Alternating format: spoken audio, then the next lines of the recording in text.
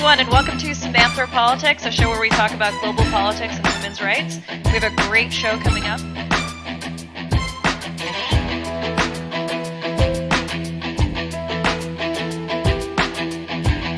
On the military for the genocide against the Rohingya. So as these poor people are being attacked, people are hiding in their offices.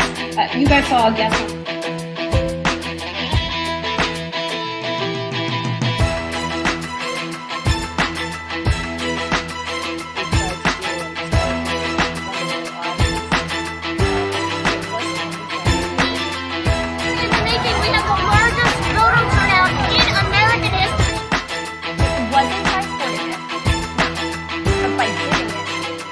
We're going to be talking about Burma and Russia today, but just a quick U.S.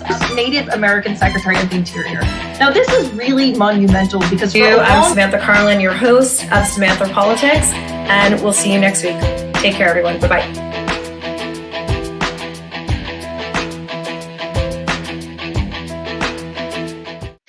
Hello, everyone, and welcome to this week's episode of Samanthropolitics.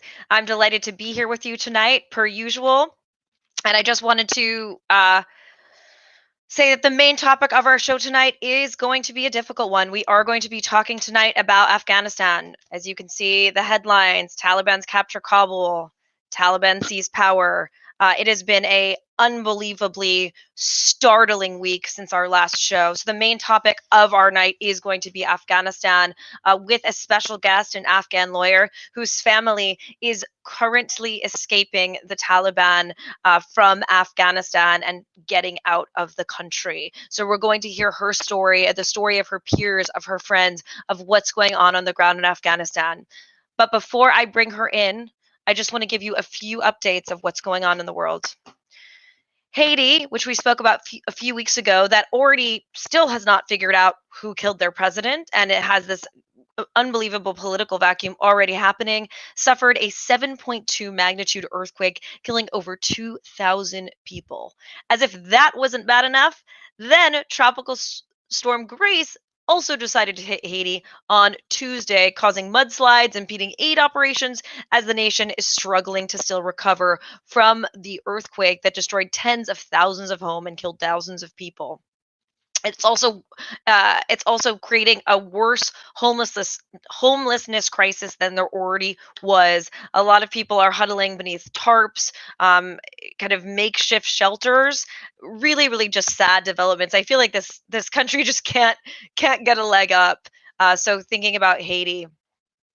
Also today, in breaking news, a man claimed to have a bomb parked his truck in front of the Capitol building, communicating with the police via whiteboard, saying that he had a gun. Saying that he had a bomb, communicating via whiteboard. The police negotiated with him for hours. He finally did surrender, but many buildings in and around the U.S. Capitol were evacuated. And it was just pretty scary considering what happened with the Capitol insurrection. And obviously that people are seeing the Capitol building as a site to target, as the site to target. It seems to be now the center of where you go when you have some sort of grievance with the government, as this gentleman was said to have some grievances with the government. He wanted to meet with Joe Biden about something.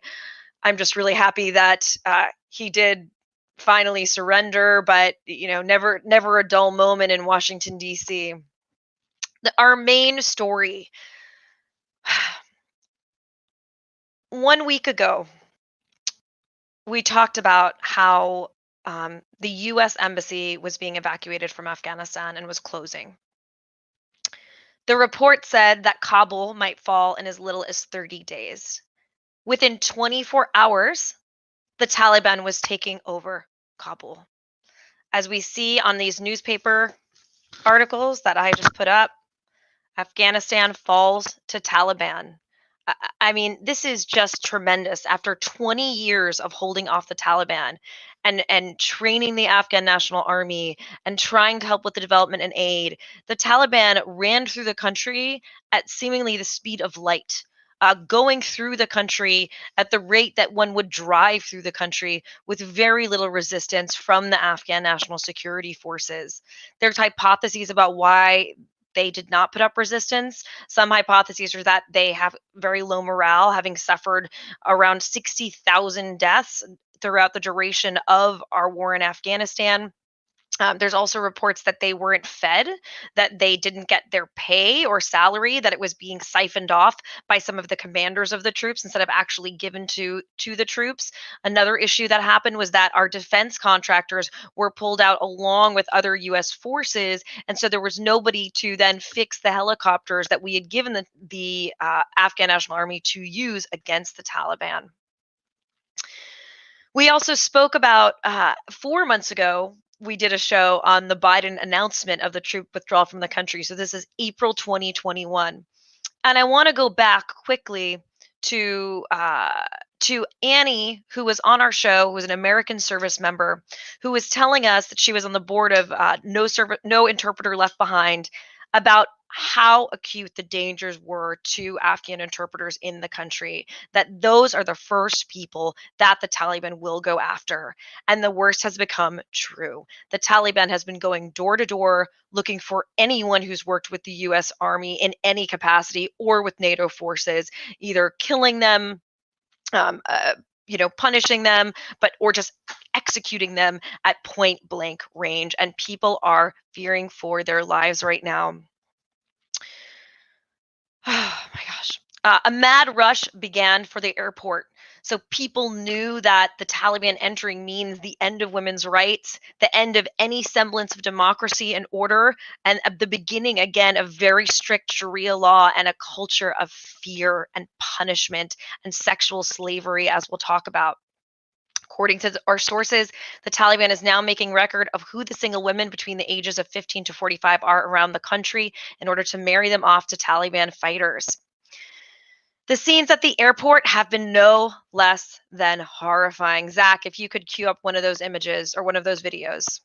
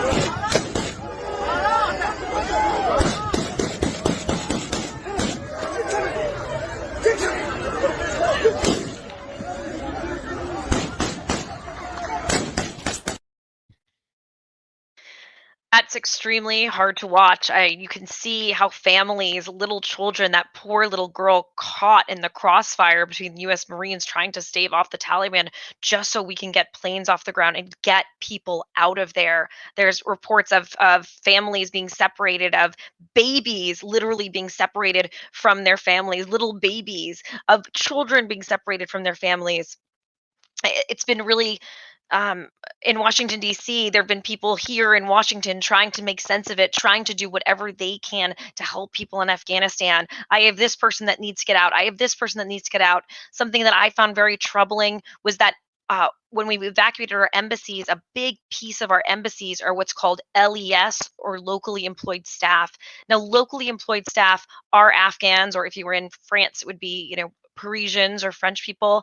They are the historical memory of our embassy. Our embassies would not function without LES. They make up the majority of embassy staff. They are the historical memory, or else the people that come to this new country for 2 to 3 years would have no idea how to get around the country, would have zero relationships, would be able to get nothing done. When I was in the embassy in Bosnia, we utilized the LES for historical memory, for contacts, to get investment, to find out what was true.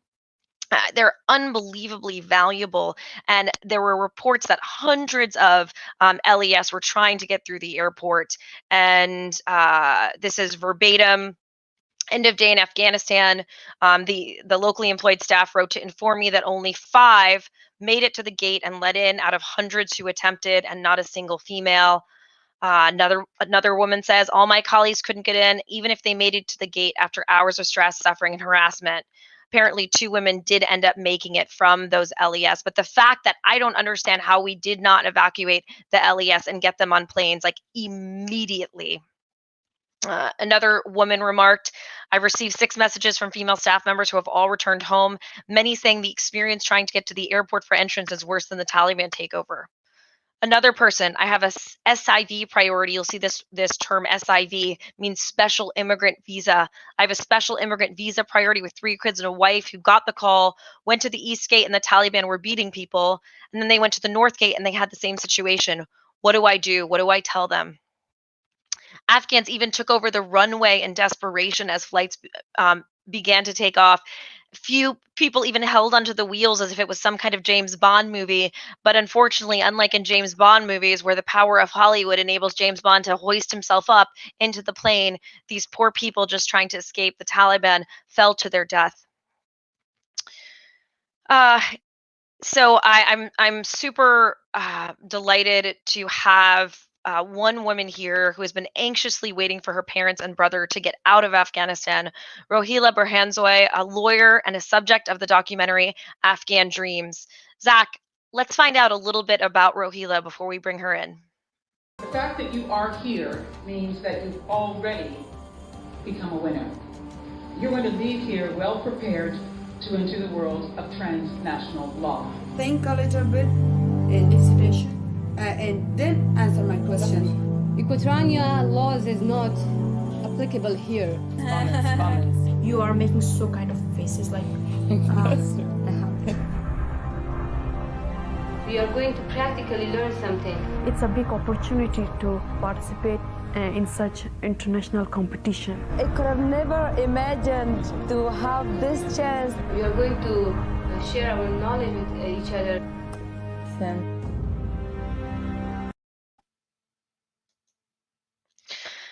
Rohila, I am so delighted to have you here. I was going to introduce you with your bio, but I think it would actually be more powerful if you could just tell the audience a little bit about your background. Oh, sorry, you're muted, my dear. Okay, I just unmuted you. Can you tell the audience a little bit about your background? Hi, thank you so much for coming on the show. It's my pleasure. Thank you for providing the platform and opportunity to tell my story and all other Afghan women and be a voice for everyone in Afghanistan right now who are going through hardship and chaos, and everyone is scared. I'm honored to be their voice, but I wish I wasn't their voice in such situation. I know. And Rohila tried at first, we were trying to get someone from on the ground, but it's just impossible and too dangerous because so many people right now don't want to show their faces because it's, you know, they're threatened by the Taliban. Even I heard there's even reports of Taliban monitoring people's phones to see if they've been communicating with Americans. Is that right? Or foreigners? That's correct. Taliban have been checking people's social media accounts. From what I know, from what I heard from my friends and family and relatives, that they have been checking at least in Mazar Sharif, one of the provinces, one of the cities of Balkh province. That's the capital of Balkh province. They've been checking people's social media accounts to see what have they been sharing, if they have been saying something bad about Taliban, if they've been sharing anything, any content in support of the government that is not the current government. And what happens to them? I mean, if they find out that somebody is sharing things that are, you know, critical of the government or of the Taliban. I'm not fully aware of the consequences they had to face, but definitely they weren't just left like that, or probably left with a warning. I'm not just sure of the details of everything that happened to them. But what I can say is right now, the world has an eye on the country and the world has an eye on Taliban. And the US still has presence in the country. So they are more careful what they're doing as opposed to what they will be doing later, which would be unfortunate if the world would turn their back on the country. So your hypothesis is that the Taliban is not being as bad as they will be as soon as the US stops paying attention to Afghanistan. I've been in close contact with so many of my friends, with my family, with my cousins. Everyone has been telling me scary stories, terrible events that have been already taking place in so many places in provinces. For instance, I was speaking with a friend of mine today. She told me that one of her neighbors that works for or worked for the previous government, a high-ranking official, was dragged out of his house in the dark of the night, and this was done by the Taliban, of course. And they don't know what happened to him. They don't know where he was taken, and with absolutely no updates to the family. So just it's just easy to say and easy to explain for anyone sitting outside, but not you can't understand the feeling of that actually happening to your neighbor or to your family members. Unfortunately, a lot of the people, this is the second time Taliban are taking over the control of the country. One time it happened when I was very small child. I was around 4 years old, and we had to flee to Pakistan, and we had to take refuge in that country. Even though we don't really like them anymore for obvious reasons. I don't want to get into politics, but that's obvious reasons that we don't like the government of Pakistan anymore.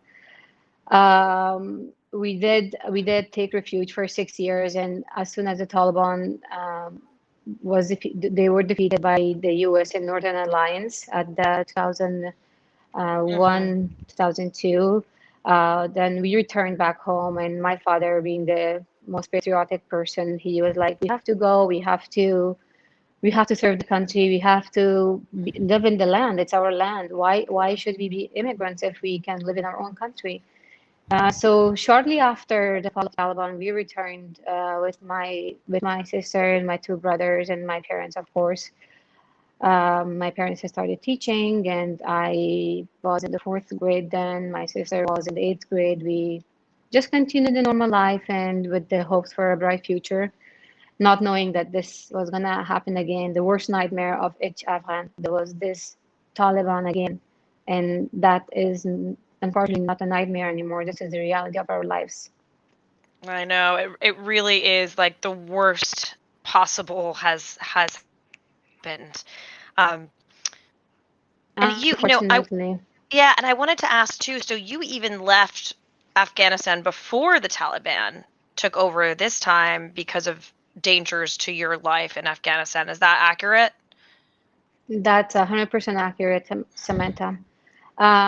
So you asked me in the beginning to provide a little background about me, but I just got into the conversation. I entirely Yeah, forgot no, to please. provide that.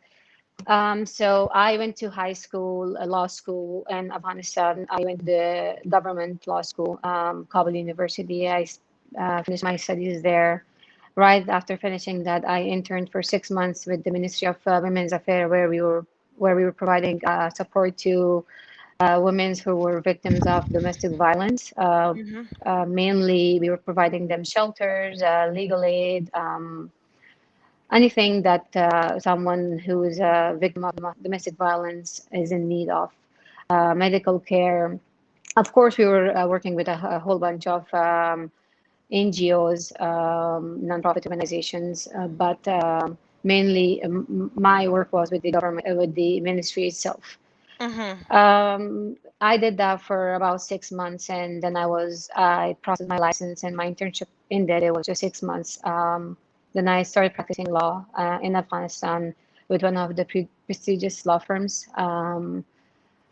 I did practice for almost a year and a half, and then I was able to get through a competitive process to get on a scholarship to the US to complete my studies, which was my dream to get my master's It's degree. amazing.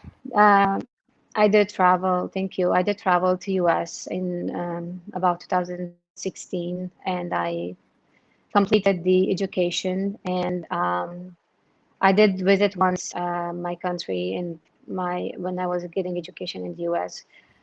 And upon the completion, I wasn't able to return to my home country, unfortunately. That was a dream to serve the country, but it didn't came into reality. So I just crossed the border. I had a brother in Canada. I just went to stay with him. So Rohila, Which my why couldn't you return to the country, to Afghanistan? That's a good question. This has happened not only to me, to a lot of Afghan girls and boys. It's not just a female thing. It happens to a lot of people that go outside to get education, to that do anything generally that does not please the Taliban or any extremist groups. They try to threaten you to either return back and be in the borders they draw for you, or else death is waiting there for you. And that's even without the Taliban controlling the country. So I can't Well, imagine what it would be like now or going forward. right. We can come to the points what's happening actually right now to everyone. Yeah. So I couldn't return and I had to go to Canada. But unfortunately, my university held that against me, and didn't, the university in the USA, and didn't issue my credentials, which is my diploma and transcripts. And a whole year of hardship Why and is hard that? work just Why went did to they not waste. why did they not issue the transcripts? According to them, I was under a student visa, and I had a commitment to make to. I had made a commitment to return back home, which I didn't because of Because your exceptional life was reasons. being threatened. But they unfortunately, still to this date we are speaking, I don't have access to my credentials. That is just ridiculous and so privileged American. I don't think Americans can understand that, that it's like your life is being threatened, because that doesn't really happen to us here. I'm so sorry. That's awful. That's awful. As you mentioned, that even though they didn't have full control of the country, they were still threatening people. For example, myself as a lawyer and someone that was getting education in the US, right? But they always had like pockets under their control, if not the whole, let's say, province or a city. But they had like little villages, little small cities and towns under their control, where they were operating, and they were the government, they were the judge, they were the police, they were the army. Everyone would just go to them. However, that didn't stay that like that. But now they are the government, and everyone is in denial, including myself, that they are the government right now. It's heartbreaking to hear some stories from my friends, as I heard today. For instance, today was the um, Independence Day in Of Afghanistan. Afghanistan. And what is Afghanistan? What does Right. the Independence Day represent? From the independence from the British. Okay. So they, women and men, and most, because I am from legal field, most of my friends are from the same field. They're activists, they're government officials, they're lawyers, prosecutors, judges. Some of them did participate in the demonstration today, to just raise their voice and carry the national flag. She told me that the Taliban shot some, like in the air or somewhere, but they were shooting, and they were hitting people, especially the male that were carrying the national flag, with a stick on their hands to let the national flag go. But they were not letting it go, which is amazing to hear, that how Wow. some people can take anything but not let their pride go. Yeah. Um, I also have stories from airport where people, Yeah, tell especially me as you, about yeah, about going to the airport. Um I know your family has been trying to get out. Can you tell us a little bit about your family and, what's their are they out of the country? What was that process like? How did they get out? fortunately, my family is out and they're in a safe place. However, I don't have further details to share, and I would Mhm. like to not share. Yeah, absolutely. Um, we just got a call that they're in a safe place, and that's all I know for time being. My family, fortunately, they made it to the airport, but they had to spend 27 hours Wow. in outside. They were sleeping on tarps, and they just had to spend the whole time like that, in the hopes to save their lives, to get out of the country at any cost. They had to stay 27 hours exactly to get on one of the Wow. military flights that was evacuating the um, U.S. officials, U.S. people, U.S. citizens, U.S. Um, allies. But unfortunately, not everyone has been lucky to get into the Yeah. airport. You were just speaking about the local support staff Yeah. in the embassies. They have been trying to. My friends have worked with the embassy, and they have been trying to get to the airport. But after standing 5 hours outside of the airport amongst 10 thousands of people or even more, you have shared the pictures.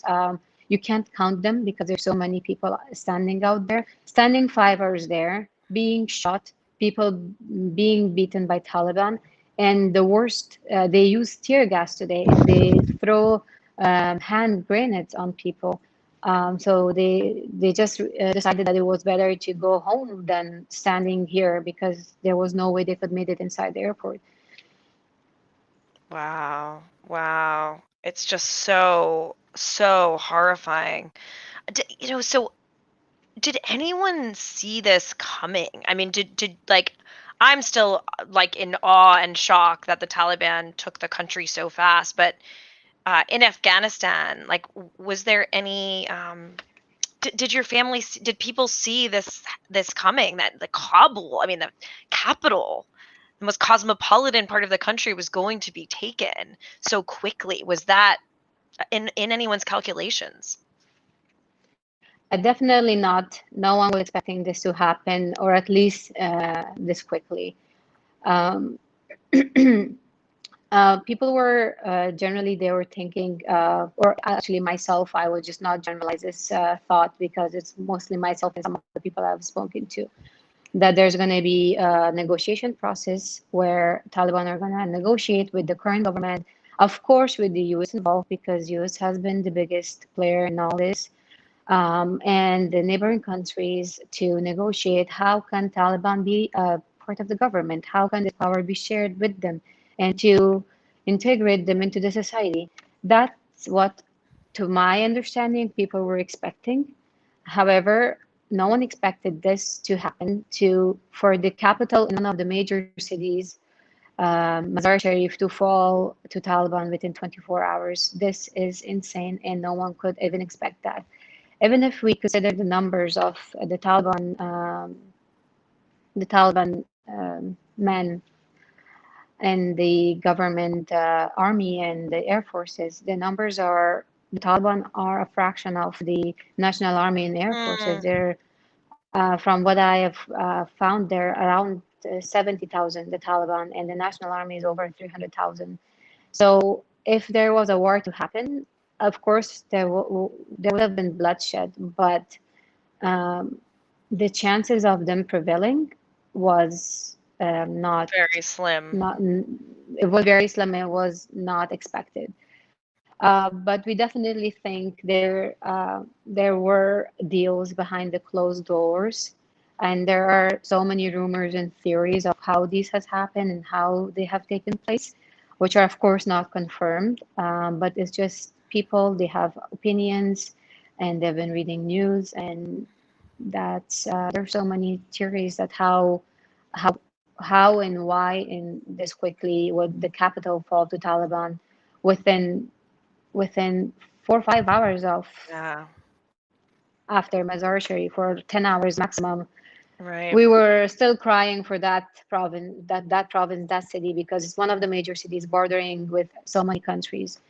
And then we hear about the capital where I've been born and raised.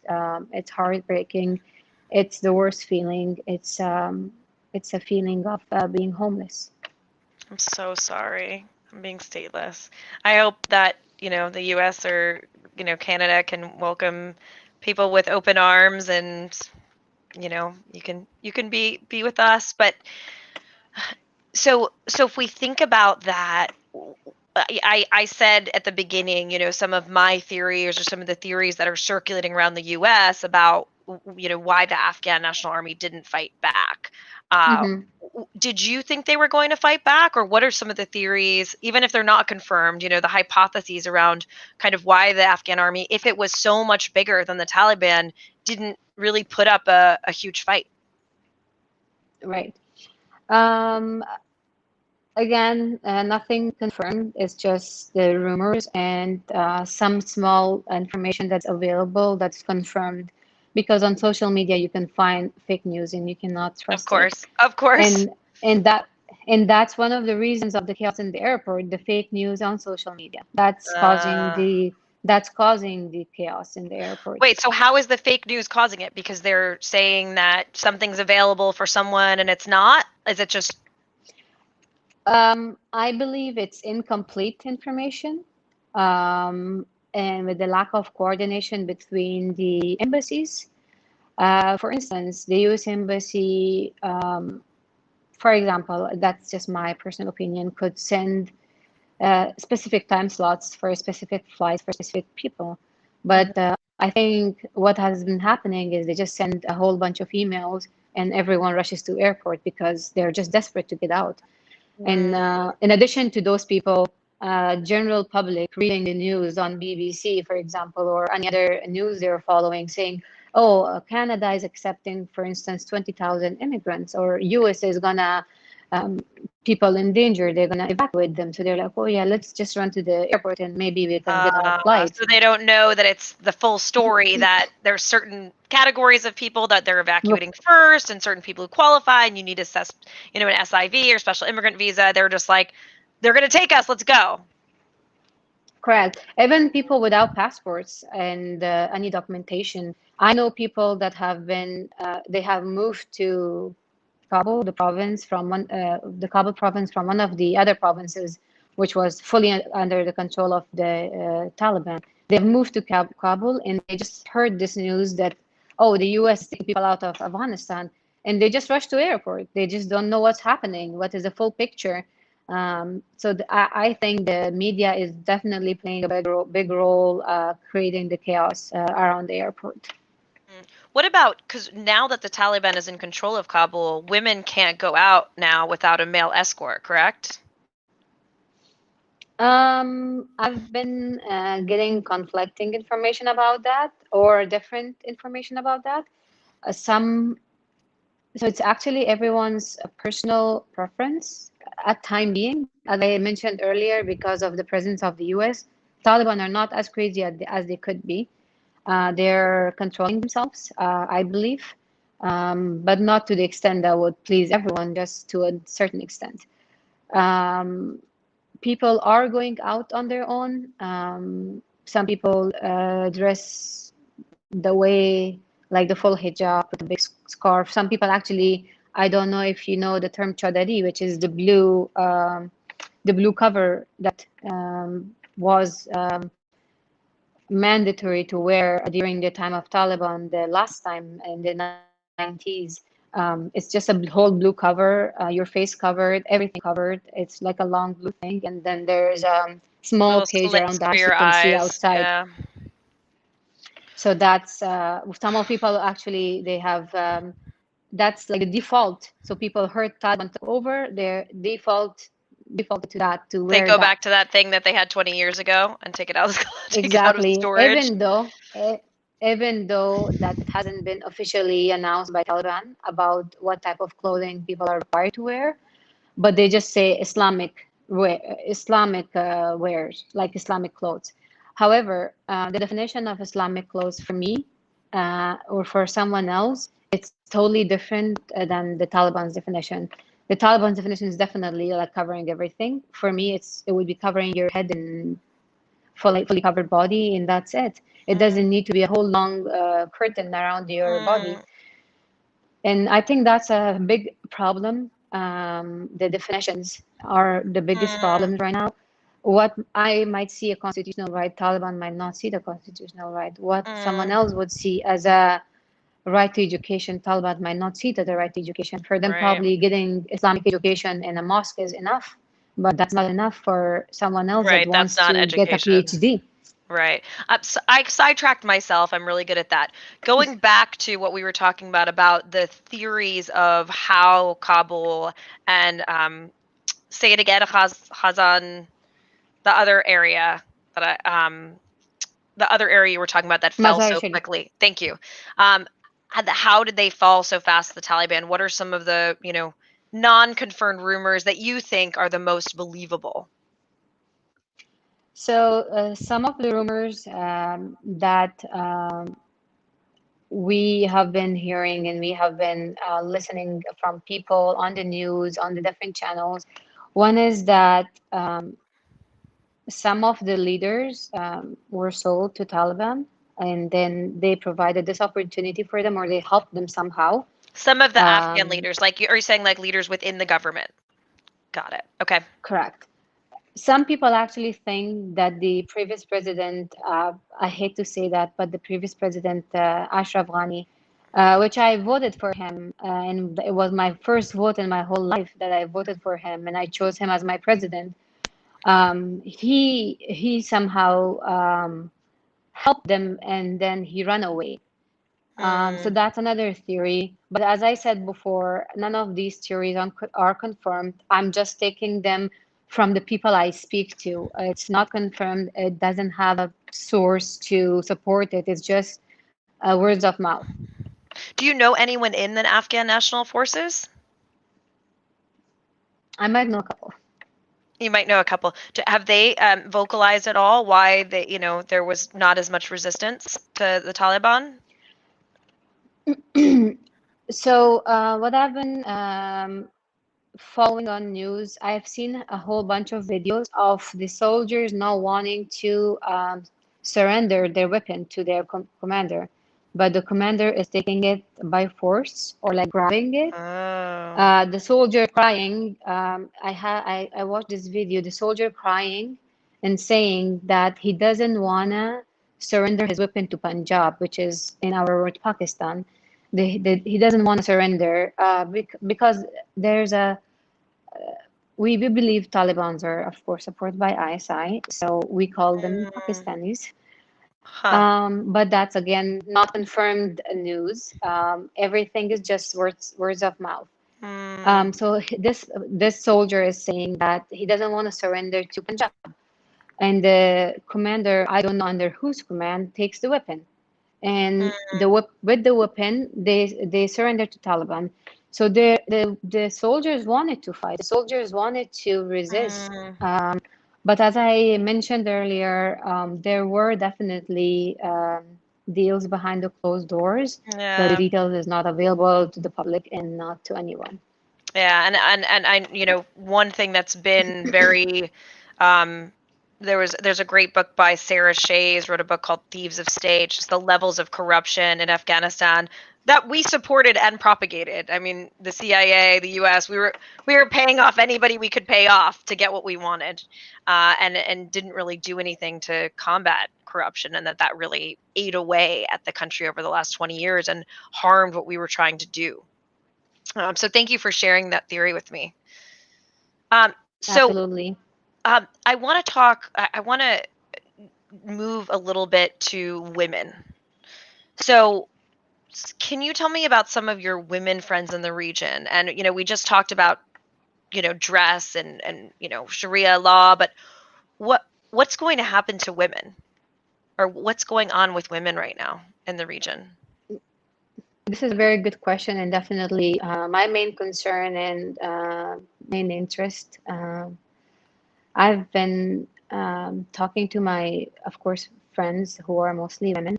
And to be honest, their main concern is not how they dress or how they appear.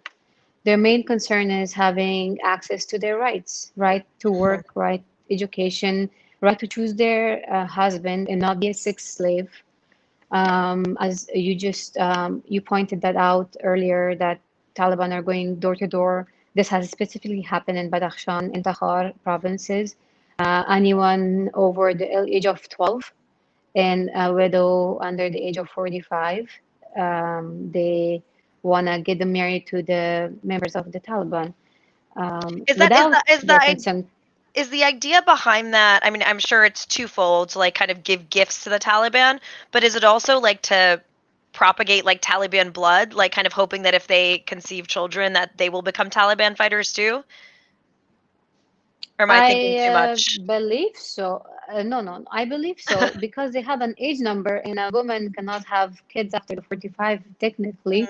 So I believe that is related to that, and also um, probably when they are taught the ideology of being a Talib and being part of the Taliban group, probably they're promised that you're gonna get like a beautiful wife and all that, Mm, and they want the reward once they won the war. So I think that's also part of that to mm, get the beautiful wife they were promised to get. However, there's no consent whatsoever from the woman being put in this place for sure. right, of course. So that's a main concern, and that's to the women I spoke to. They requested me to do mention this, that this is one of the main concerns, and they do want the U.S., the United Nations, and all other countries, the Western world, to not let them alone in this and not let them be slaves to the Taliban. Thank you so much for sharing that. So I just want to reiterate that a message from Rohila and the women that are speaking to her, that sexual slavery is very real and it's happening right now. These men going door to door and trying to take women or taking women as wives and sex slaves for Taliban fighters. I mean, it's so horrifying that this does sound like a main concern. And I think it's really good to mention that, Rohila, because I think the first thing that we think in the US is, oh, they're not going to have an education anymore. They're going to lose rights, but it's way worse than that. It's the abrogation of their human Right. rights. It's being taken without their consent into sexual slavery. Right. Yeah. Whew. I wanted to add because you Yeah, mentioned please. education. I did they did mention that my friends that I spoke to, that of course being deprived of getting education is a main concern. Being not able to work and have an income Mhm. and being dependent to go back to be dependent on their excuse me, male members of their families. That's the biggest concern too. Mm. But the one of the main concerns is being sexy for sure, and that everyone is horrified, and they don't. No one wants to be in that place, and I don't want to see any of my friends, of course, being in that place. Yeah, there was a really powerful article in The Guardian by a woman anonymously, kind of writing about how she worked for a Western NGO and she has 5 sisters, and she thought that, working for a Western NGO, literally advocating for women and working on women, peace, and security, that when the Taliban was taking over, that she would be evacuated. And she wasn't, and nobody helped her. And kind of just feeling abandoned. So I'm wondering, you know, what is the feeling in Afghanistan? Do you feel abandoned by your international allies, by American allies? Like, what is your feeling right now towards the international community? The feeling of being abandoned started when we were running a campaign online on asking the world um, to look out for us, to support us. We were mainly asking the world to sanction Pakistan so that they stop supporting the terrorist group, the Taliban. However, we got no response, When was and that? When was that, Rohila? Like, around when was that? like the last 4 weeks, the last four Oh, weeks. the last month. Got it. Okay. Very Yep. recent, very Mhm. recent. There was no attention to what we were doing. Unfortunately, Afghans, when there was the Palestine matter, we supported this campaign. We were on the streets to support them, and the world supported them. The world supported them. The world became their voice, but Afghans were left alone. Maybe because it has been going for such a long time, it just became normal for Afghans to be in trouble all the time. I am 29 years old, and I believe a lot of other people who are older than me have not seen peace. Even though I'm in a safer country, I'm in a safe country, I'm not in peace because my family is not in peace. My friends are not in peace. I've been hearing horrible stories, and they're all scared. They're worried for their lives. And how can I be in peace even though I am safe, but I'm not in peace? So what's the next step? I know this was your parents and your brother that evacuated, right? My parents, my brother, accompanied by my aunt, yes, they were all evacuated. So what's the, I know we're not going to talk about where they are, but what's the, kind of what's the hope for your family that they'll be resettled somewhere near you, or or do they just not know? I mean, is it just all up in the It air? is it is actually unknown for time being, but we hope either in the US or in Canada. Hmm. But the process is, of course, unknown. When you ask this question in Afghanistan, you don't even know where the plane is going to land, the one that is evacuating you, and you only know that like 5 minutes before the flight. Later than when you arrive in the host country, which is hosting you temporarily for the resettlement process, then you will know what is the next process is. But it's just hard for us to find right now because we cannot get a hold of my family. Hmm. I wanted to mention that even though Canada, for example, for instance, they announced a 20,000 refugee resettlement, but I've been hearing that the requirements to meet are almost the same as the previous sponsorship requirements. That you have to be a refugee in another country, and then you can apply, and it takes a whole bunch of months or at least a year or two for you to be able to get to Canada. Or I don't know how is it in the US, but I'm more informed about Canada. And this is heartbreaking to know because we thought, considering the situation right now, it should be a quicker and expedited process, but I think it's not. Hmm. Yeah, it must be frustrating. I mean, one of the things that I was saying earlier is that there have been people that have been waiting in the U.S., for example, for these special immigrant visa for years. I mean, they have been Right. just backlogged in bureaucracy, and now with the chaos that's happening, people are asking for, letters from someone to prove that they worked with the military, but that department doesn't exist anymore, or that person has moved on, and because they haven't worked there for 10 years, or it's been sitting there for 10 years and now it's no longer valid, and this bureaucratic nightmare. And one thing that we could have done, the US, what we did with Vietnam is we evacuated people to Guam, and then we did the processing there. We figured out where people were going to go. We did the visas there. And I just still don't totally understand, and you don't have to comment on this, but why, there's some theories that basically that our president didn't want to kind of evacuate lots of people from the country after we made the announcement that the Taliban was that we were pulling out, because we didn't want to seem as if the country was going to fall and that it was like a bad omen that we were leaving. I don't frankly think that that's a good enough reason to not expedite these visas. And it's embarrassing I mean, I'm embarrassed. We're supposed to be a country of refugees, and we can't get our act together. I mean, and I know people in the State Department right now, like, kudos to you. I know you are working so hard, and people at DoD are working so hard, but we're just we have like something called the Afghan, I think, Special Task Force, totally overwhelmed. There's just not enough staff. They're asking for volunteers. They're asking for, people to come on detail, to respond to emails, to help organize this stuff. But we should have been prepared for this, and we weren't. And I'm sorry on behalf of my country. Right. Right. I agree. There should have been a better system in place because this decision wasn't made overnight. It was made in Trump's administration, so it was a long time ago.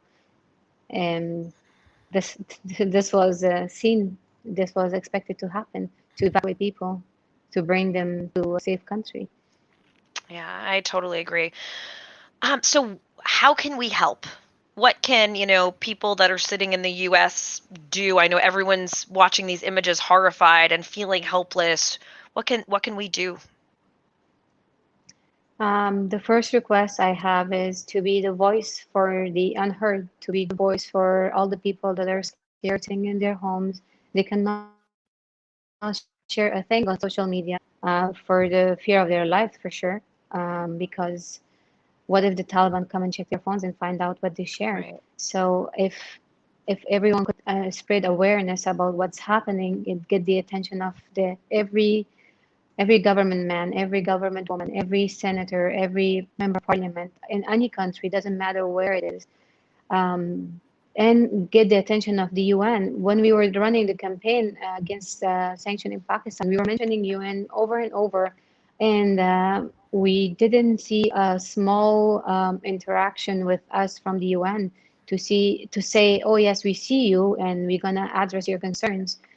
So we want all of that to happen. We want awareness, we want support, we want help.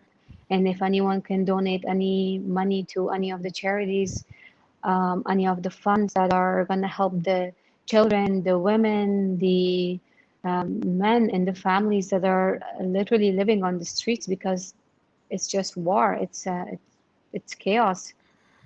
And I'm going to post, so I know that there have been, to the audience, that there have been a lot of links that are put up, and everyone's like, is this legitimate? You know, is this a good place to donate? Where should I donate? There are apparently some fraudulent things that were put up. So I did create a document. I am going to put it in the links to the show in a 1 minute. So that people can see legitimate places where you can donate money to both local charities and international charities that are reputable, and even like a GoFundMe to help get one woman activist out of the country who is trying to get out. That's one more question I wanted to ask you. I know that we're pushing to get anyone that helped the U.S. out of the country, but do you know if anyone has been getting out who are, activists, but they didn't necessarily, work with the United States, or like who else is getting out, or are they? I do not have accurate information on that, and I would like not to comment on it and spread Okay. inaccurate information.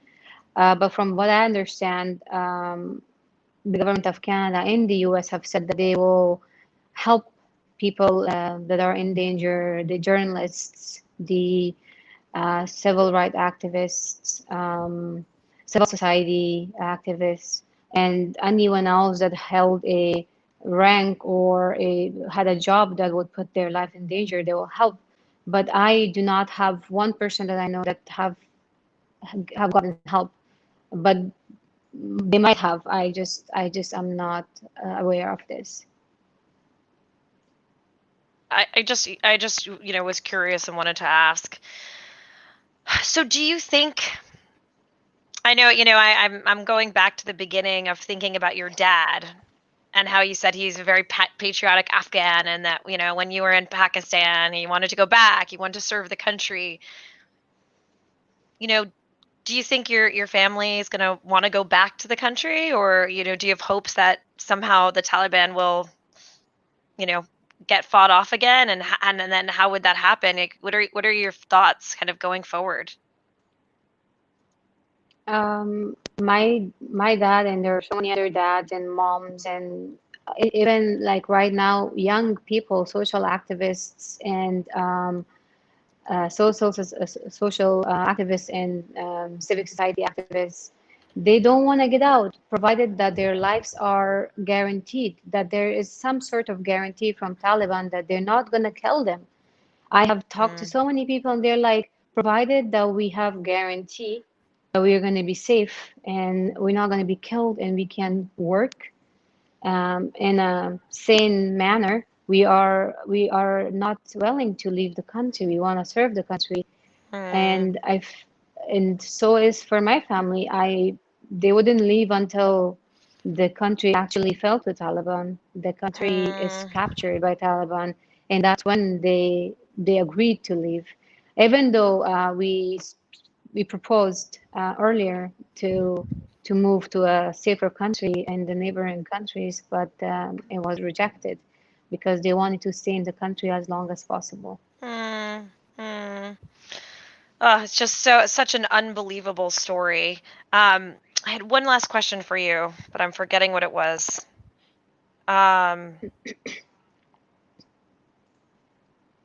I don't remember. Is there anything else that, you want people to know or that we can do, or messages, from, I mean, you're sitting here doing exactly what you're telling other people to do, is to be the voices of the voiceless.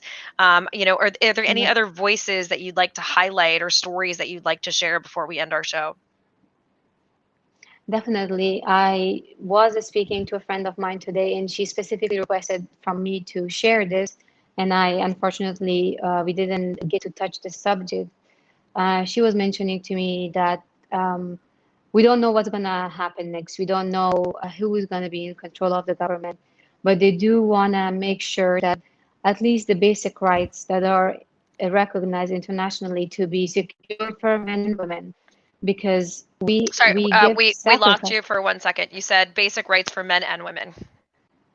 Right, Right. Okay. to the basic rights for men and women that is recognized internationally, not in only Taliban terms, that are the basic rights for people, for that to be secured by the UN, the US, and any other Western countries involved in the last 20 years in Afghanistan, to have attention to keep the conventions that Afghanistan signed, that they're part of, the laws on elimination of violence against women, on the anti-harassment policies that were passed. All of them, we gave sacrifices. We shed blood for it. We had so many women victim of domestic violence, and that's how we got to have a law to stop that from happening. Access to justice for women, medical care for women, for kids, vaccination for kids. Polio is almost being eradicated, but if we don't pay attention, and if there's not enough funding from the international society, which they probably will stop if they think that it's going to go to a wrong government, but they shouldn't, because there's no fault of those kids. There is no fault of these women's. It's just the most unfortunate circumstances, and it's not their fault. They should get the treatment. They should Yeah. not be sick. They should not be subject to any violence. Well, it's just, I hope that, because something I've talked about a lot on this show, on different shows, is our U.S. sanctions that often, we're even sanctioning the Taliban now, that often sanctions just hurt the people. But, what I'm hopeful for is that aid organizations will still be able to operate within the region, and especially international organizations, because unfortunately a lot of people have fled. And hopefully we'll be able to get money into the country, and it won't become on a list of countries where right now we don't do business with North Korea, with Iran, with Venezuela. Like, it's like, if you're a US business, you don't touch those countries for fear of Right. getting prosecuted or sued. Right. And so I hope that we can still figure out how to get money to activists, to children's health. I think some of these organizations that you've pointed out, like I think Medicine Sans Frontières, looking at this page now, Emergency, International Rescue Committee, Afghan Aid. I know Sakina Yakubi isn't going anywhere at the Afghan Institute for Learning. She seems like she's sticking around and really working for the country. That hopefully they'll still be able to.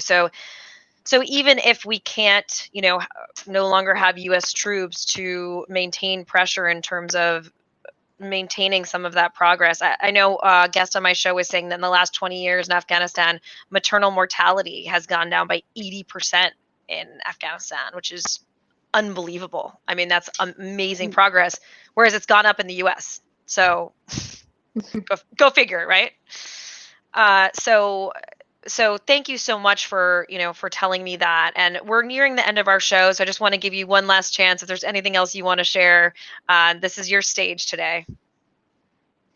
The last thing I will share is to not trust the words coming from Taliban unless you see their actions. And if you hear something from them, hold them accountable to what they say. Just one example is them saying, it's okay, we can let you go to the airport, but then they stop the cars, they check the people's passport, take it away, send them back home, or dragging people out of their houses, or first saying, okay, yes, for education, and now they're offering segregated classes, boys and girls separately, and I don't know what else they're gonna bring as conditions for anyone to access anything. So just don't believe the mask. That don't believe anything that's coming out. Try to look deeper, look for the reality, and just don't believe what just comes out of their mouth.